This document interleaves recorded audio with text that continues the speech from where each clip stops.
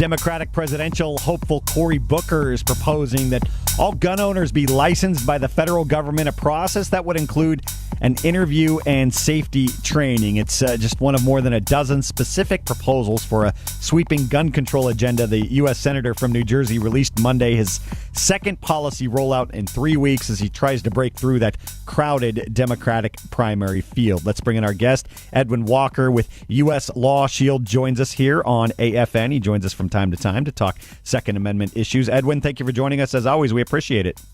Yes, sir. Thank you for having me. Senator Cory Booker argues if you need a license to drive a car, you should have a license to own and operate a firearm. What's wrong with that? Well, you don't. Courts have held time and time again. You don't have a fundamental right to drive a car, whereas you do have a fundamental individual right to own a firearm. In particular, for self-defense. I mean, our most precious liberty is the liberty that we have to our own life and the ability to defend our own life. And that's what, having a firearm is an essential tool to that. Sure. There's no right to drive. There's right to bear arms, no right to drive. Yeah. Yeah, and as you stated, Cory Booker is, we have the largest field of Democrat contenders ever in American history.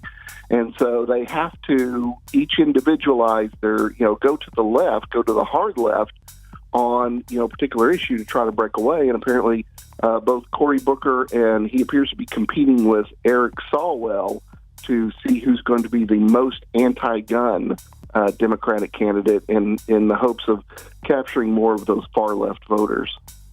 We know no national gun license program currently exists. There are 13 states and District of Columbia. They've enacted some form of licensing or permit rules before people can buy guns. He's talking about, as I mentioned, an interview and background check before you buy the gun. What about those 13 states that already have enacted some form of it? How are they faring? Well, their gun, I saw the interview where he said, they have a 40% lower.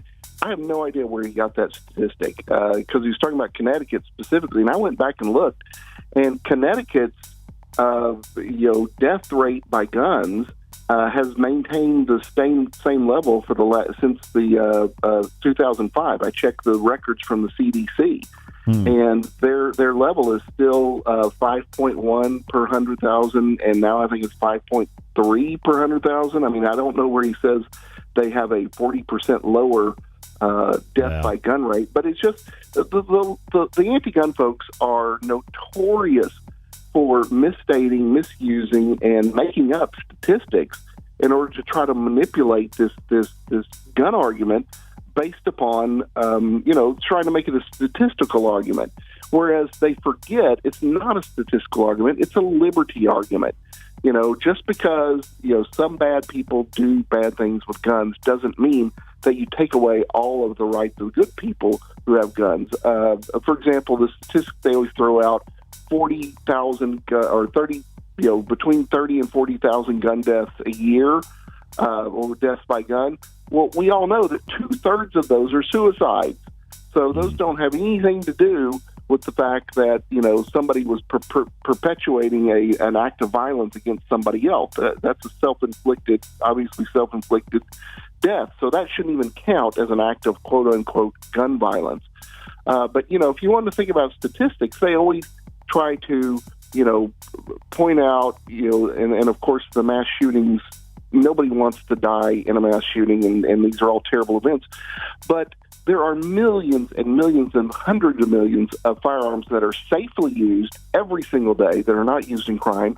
There are hundreds of millions of gun owners that every day do not engage in crime. So the individual who uses a gun in a crime is a fraction, a 1/1000th of a percent of the total gun-owning population, but yet they want to use those very isolated, very terrible examples as an excuse to disarm the 99.9999% of the rest of lawful gun owners. And so that statistic is one we should look at.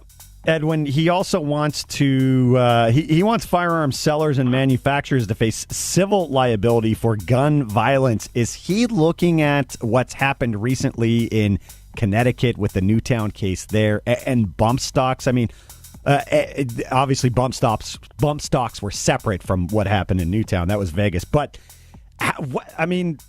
what does this do to the courts? What impact would this have on the courts and gun manufacturers as well?